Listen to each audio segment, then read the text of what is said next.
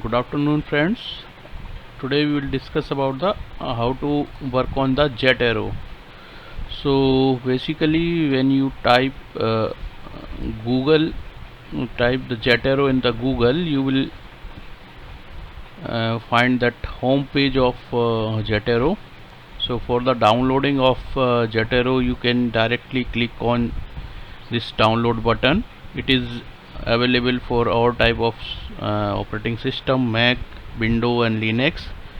So here we are working in Windows, so just click on the download. So when you click in that particular button, you find two types of segment. One is for the desktop version of jet arrow, so you just click on this and you will get a setup of jet arrow, and then you run and you will install the software package of jet arrow in your window or desktop. And the second is the jet arrow connector. So basically when you use any browser, so basically we use that Google Chrome. So there is a connector in a Google Chrome, so when you install this connector, it will automatically connect with your Chrome extension, and then you can activate this extension of jet arrow. So both are necessary for the working with the jet arrow. So you just install both of the these setup and then connect with the your Chrome extension. So as I have already downloaded these both of the setups in my desktop, so I'm not going with the download. So you can just do the installation. It is very easy process.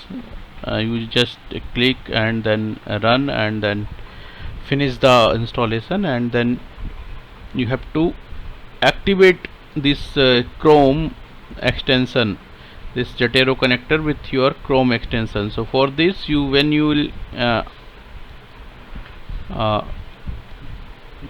add this Chrome extension, add this jet arrow with the Chrome extension, you will get here in the list of extension, you will get here a jet arrow connector.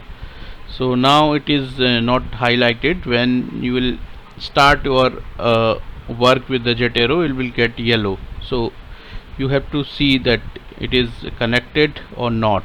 So first you check this one here. So now we have to start the jet arrow. So when you will download the jet arrow, you will get this type of shortcut in your desktop. So you have to just click on that and you will get this type of desktop, this type of interface. This is a dashboard of jet arrow. So you can see here file, edit, view, tools, and a number of options. So we'll one by one discuss each and every these options. Then now first we have to make a library. So you just go through here and you can create a new group or new library, and in this library you can also create a folder. So suppose you are working on any XYZ paper, so you can just name the manuscript 1 and 2 and you can make this folder, and you will put all your reference work in this particular folder. So here you can create a folder. So I have already created one folder under this library, that is GSV Water 1. So under these folder you can find these publication, duplicated item, unfilled item, trash. So these all the entities you may keep inside this the folder, you may find inside this folder. So now I am going to show that how you can make a jet arrow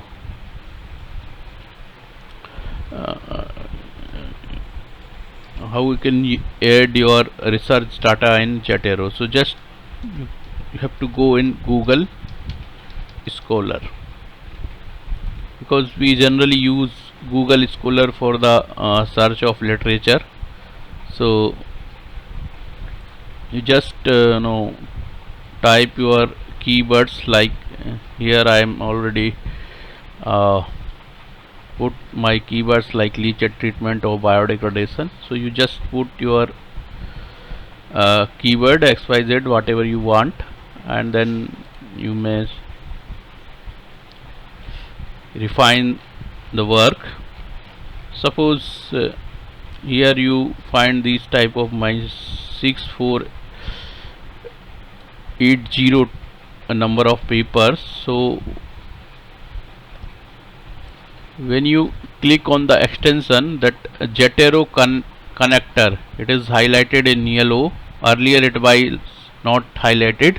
So when you are searching any data, it is already updated in the Jetero connector. So you just have to click in the Jetero connector. So you can see that all the papers in particular page is already connected with this Jetero connector. So whatever paper you want to transfer in your Jetero files, you can just select, or you can all select all. So suppose I want to this 8 or 7 paper in my this Jetero.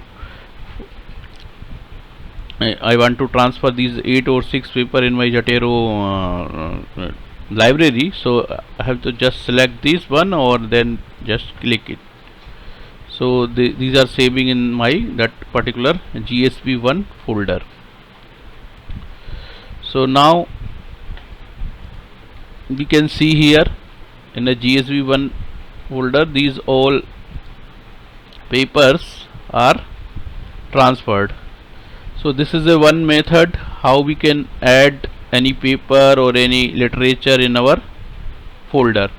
And second method is you can also add manually your papers or your literature in that particular folder. So you just click in that add button and select which type of articles you want to add. Suppose it is in journal articles, you have to just add the title, author, and then all the things, and you can just add. So like sometimes we didn't find any literature in any type of search engine, so we have to add in these articles in our library. So you just use these things. So here I am not adding any one, so I am just removing that one. And another option, you can just drag the PDF files in that particular library. So suppose I have this paper, so I am going to just drag it. So automatically it will take all the information of that particular file in that Jetero library. So there are three methods: by the Google Scholar search, or in searching in another various type of search engine, and then you can add manually, and you can also drag and drop the PDF. So in that way you can make your library in Jetero. So the second thing is that once you add all the data in Jetero, you can select all the Control A, you can select all the things, and just click the right button, and you can find available PDF. So it will search for the PDF, freely available PDF. So it is, if there is these PDF is available, it will automatically add these PDF in your database. So this time it is showing that there is no PDF available, so it is not adding. And now how to cite these literature in our Word files. So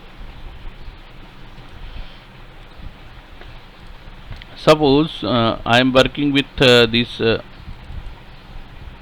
paper.